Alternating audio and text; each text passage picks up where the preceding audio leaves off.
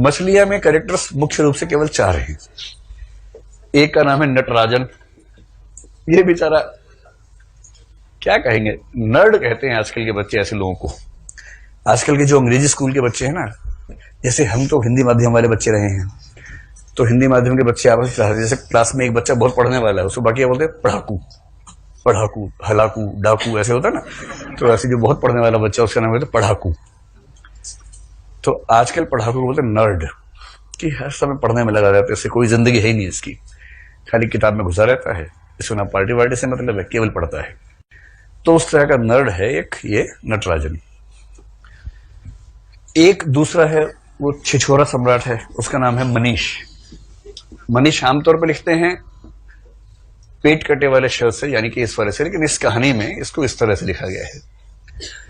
2 स्त्रियां हैं, 2 पुरुष हैं, तो 2 स्त्रियां भी आएंगी कहानी में। एक का नाम है तो विजय लक्ष्मी, पर उसका नाम चलता क्या है, विजी, तो वैसे इसका नाम क्या है, विजय लक्ष्मी। और दूसरी का नाम है मुक्की, तो मुक्की का पूरा नाम क्या है, नयनतारा मुखर्जी। अब ये मुखर्जी होता है कि मुखर्जी होता है पता नहीं, लेकिन बंगाल के लोग तो मुखर्जी ही बोलते हैं जनरली, यहां ख हो जाता है। 4 कैरेक्टर्स हैं। इनमें से जो विजी है, इसको आप समझ लें कि जो बहुत ही गोलू किस्म के लोग होते हैं, इमोशनल्स, भावनाओं से भरे हुए, जैसे कामायनी की श्रद्धा, कामायनी पढ़ेंगे भी आप लोग आगे चलकर, नारी तुम केवल श्रद्धा हो, वो वाली। और वो की बहुत रैशनल टाइप की है, कामायनी की इरा जैसी है, एकदम रैशनल। ये फैसले करेगी, अपना नफा नुकसान देखेगी, तराजू पे तौलेगी, कॉस्ट बेनिफिट, इसमें बेनिफिट है उसको चुन लेगी। और वो तो इमोशनल है, भला है बुरा है जैसा भी है, मेरा मनीष मेरा देवता है टाइप की, उसकी ये थियरी है।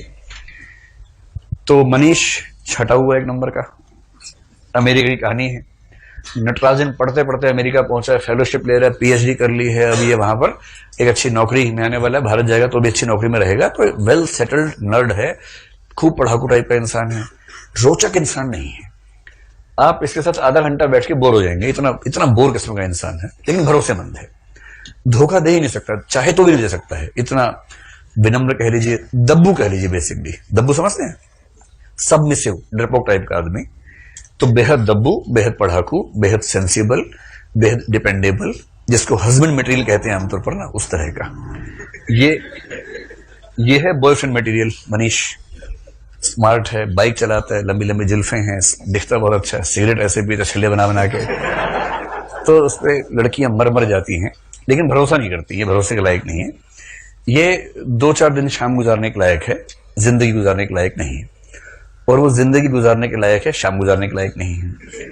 तो जब लोग अपनी शामों से थक जाते हैं 30-32 की उम्र में, लगता है कि अब एक किनारे की जरूरत है, किनारे के तौर पर ऐसे लोगों की तलाश की जाती है जो शांत प्रकृति के हों।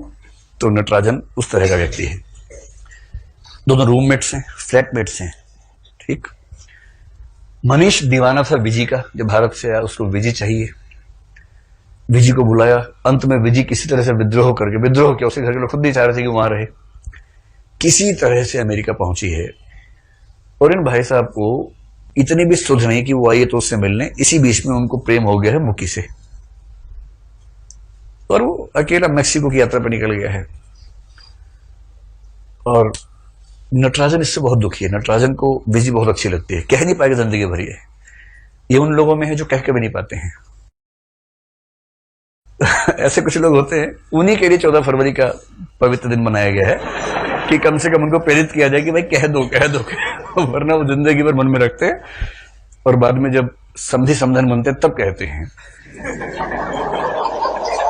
अजब सी उलझन है, सामने बैठी समझन है। उस दिन फिर वो गीत में उस दिन चेहरे पे आता है कि अगर पहले कहा होता तो समझी समझन ना बनते। तो कुछ वैसा भय उसके मन में है। बहरहाल अब हुआ यह है कि जब विजी आई तो विजी ने पाया कि मनीष को छीन लिया है मुकी ने। मुकी स्मार्ट लड़की है, स्मार्ट का मतलब वो एकदम जो मॉड बोलते हैं उसको, उसकी ड्रेसिंग सेंस से लेकर बोलने की शैली, वो उसकी जो शौक है, मॉडर्न आर्ट होगा, पेंटिंग, उस तरह का शौक है। स्मार्ट है, मतलब किसी पर छा जाने वाला व्यक्तित्व है। और ये एकदम घरेलू किस्म की लड़की है, सुंदर, कोमल और पवित्र भाव, उस तरह का व्यक्तित्व है। अब मनीष को ऐसी लड़की बहुत अपील नहीं करते, बहुत ही सिंपल और अनकॉम्प्लिकेटेड है। थोड़ा कॉम्प्लिकेशन तो लाइफ में होना चाहिए, तो बहुत ही अनकॉम्प्लिकेटेड है। दास से भाव से रहती है मनीष के साथ। मनीष इतना भी कहते पानी, रुको पानी लेके आते हो, पानी गर्म करके लाई लो, पानी पी लो। तो समझ नहीं आता कि ये प्रेमिका है कि नौकरानी है, उस तरह का भाव बनता है मन में। इतनी सिंपल लड़की उसको पसंद नहीं है। और मनीष दिल का आवारा है, उसको मुकी पसंद आ गई और मुकी पे भी स्थिर हो गया ऐसा नहीं है, वो और आगे बढ़ जाता है। वो पृथ्वीराज चौहान है अपने समय का, उसे कहीं रुकने का मन थोड़ा करता है, आगे बढ़ जाता है। तो विजी वहां गई, नौकरी करने लगी। उसको मनीष से प्रेम था। नटराजन को बहुत प्रेम है विजी से।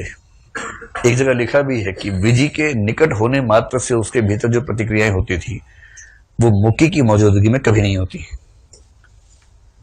कह ही नहीं पाया कभी। एक बार हल्का सा हिंट दिया उसने विजय को और विजय ने फुफकारते हुए मना कर दिया, क्योंकि उस समय मनीष से ताजा ताजा जख्म मिला था, तो वो भी उस भाव से मुक्त नहीं हो पा रही थी। और जैसे नटराजन ने हल्का संकेत किया, विजय बोले खबरदार नटराजन, इससे आगे बोले तो।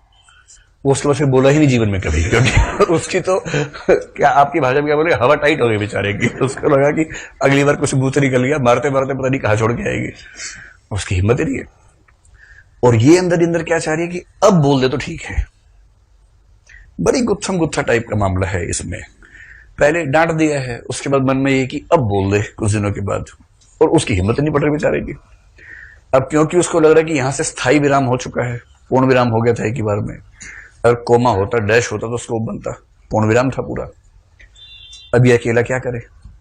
उधर मनीष के जाने के बाद से मुक्की भी बेरोजगार है, उसको भी रोजगार की तलाश है। तो रोजगार के तौर पर अब एक ही बचा नटराजन, और वो स्थायी नौकरी और फेलोशिप और पीएचडी और पढ़ा लिखा सब कुछ है। तो मुकी ने नटराजन को मैनेज कर लिया है। नटराजन ने उसको किया कि उसने इसको किया पता नहीं, लेकिन दोनों को लगा कि अब जिंदगी को सेट कर लेते हैं। 34 साल का हो ही गया है, बिना यूपीएससी दिए 34 साल का हो गया। देखिए, यूपीएससी वाले बच्चे आमतौर पर इस उम्र में शादी करते हैं, बिना यूपीएससी वाले भी करते हैं इस उम्र में कभी कभी, नटराजन जैसे लोग। अब आज नटराजन बताने आया है विजय को कि हमारी शादी होने वाली है। और जैसे ही विजय को पता लगा, उसको लगा कि दूसरी बार उससे कुछ छीन लिया है मुक्की ने। जिस को चाहा सबको छीन लिया। और व्यक्ति कितना ही विनम्र दिखे, उसके अंदर जो भाव आते हैं ना, मछलियां वही है। बड़ी मछली छोटी मछली को खा जाती है, और कह भी रही है उससे। उसने पूछा वॉशिंगटन में कैसा लगा, बोली वहां एक नाटक देखा था, बड़ी मछली छोटी मछली। उससे बड़ी मछली छोटी मछली को खा जाती है। कभी कभी सोचती हूं कि क्या छोटी मछली पलटकर वार भी नहीं कर सकती। फिर बोली अच्छा रहने दो, तुम नहीं समझोगे, इतना बोल के चुप हो गई। पर वो इस कहानी का बीज वाक्य है कि छोटी मछली एक वार तो करेगी करेगी, क्योंकि छोटी मछली विजय खुद है, बड़ी मछली मुकी है, और बड़ी मछली बार बार छोटी मछली को खा रही है। तो सोचती हूं कि क्या छोटी मछली पलटकर वार भी नहीं कर सकती। ये उसका मन है। उसका मन करता है कि मुकी का मुंह नोच ले, उसका मन करता है कि मुकी को उसके फ्लैट में आग लगा दे, धुआं निकले और उस धुएं से तड़पती हुई मुकी चीखे चिल्लाए, और उसके चिल्लाने से उसकी आत्मा को शांति मिले। उसका मन ये करता है। जब जब मुकी के बारे में सोचती फिर प्रतीक क्या आता है, और चाय का पानी उबलने लगा। चल रही बात मुकी की, और चाय का पानी उबलने लगा। क्या उबल रहा है? इमोशन से उबल रहे हैं, गुस्सा आ रहा है। खैर नटराजन चला गया। जब से इसको पता लगा कि शादी हो रही है, इसको चैन नहीं पड़ रहा कि इतना भी सीधा होना ठीक नहीं है कि जब देखो जो देखो वैसे यूज कर लेता है। तो विजी जैसी भोली भाई लड़की अंत में एक गेम प्लान करती है, और उस गेम का मुख्य उद्देश्य वही है कि छोटी मछली पलटकर जवाब तो दे। तो नटराजन के पास गई और नटराजन से उसने कहा कि सोचती हूं कि भारत ही चली जाऊं, अपने लोग अपने ही होते हैं। तो उसने कहा मतलब वो तो हमेशा इस भाव में रहता है कि मैं तुम्हारे लिए क्या कर दूं, और तुमने एक बार हल्का सा हिंट दिया होता ना कि अब तुम हाँ करने के मूड में हो, तो मैं तो सड़क पे ही लेट जाता कि प्लीज हाँ, मैं तो ऐसे कर देता। पर हिंट नहीं दिया, और वो नर्ड आदमी, उसको किताब के अलावा समझ में नहीं आता है। वो जो नायक होता है ना, किताबें बहुत सी पढ़ी होंगी तुमने, वो उस तरह का नायक है। किताबें पढ़ी हैं, चेहरा नहीं पढ़ा किसी का ठीक से। अब इसको लग रहा है कि मैं क्या मैं कर दूं इसके लिए। उसने कहा नहीं, तुम निश्चिंत होके जाओ, और मेरी कोई मदद चाहिए तो मैं हमेशा तुम्हारे साथ हूं। उसको भी पता है कि मुकी को इस बात से दिक्कत है कि मैं विजय से मिलता हूं, तो वो भी चाह रहा है कि ये कहीं जाके सेटल हो जाए ठीक से, मैं इसकी मदद कर दूं, मेरे दिल पे बोझ ना रहे, और मेरा तो अब जो होना है सो होना है। अब शादी में इमोशंस तो है नहीं, अब शादी होनी है इसलिए कि 34 साल का हो गया हूं तो शादी कर लेते हैं। तो उसने कहा मेरे पास पैसे नहीं है, तो अगर तुम $1000 दे सको तो मैं जा पाऊंगी। पहले कनाडा जाऊंगी, वहां से भारत जाऊंगी। कनाडा में वही रहता है छंटा हुआ आदमी, तो उससे मिलते हुए जाना चाह रही होगी।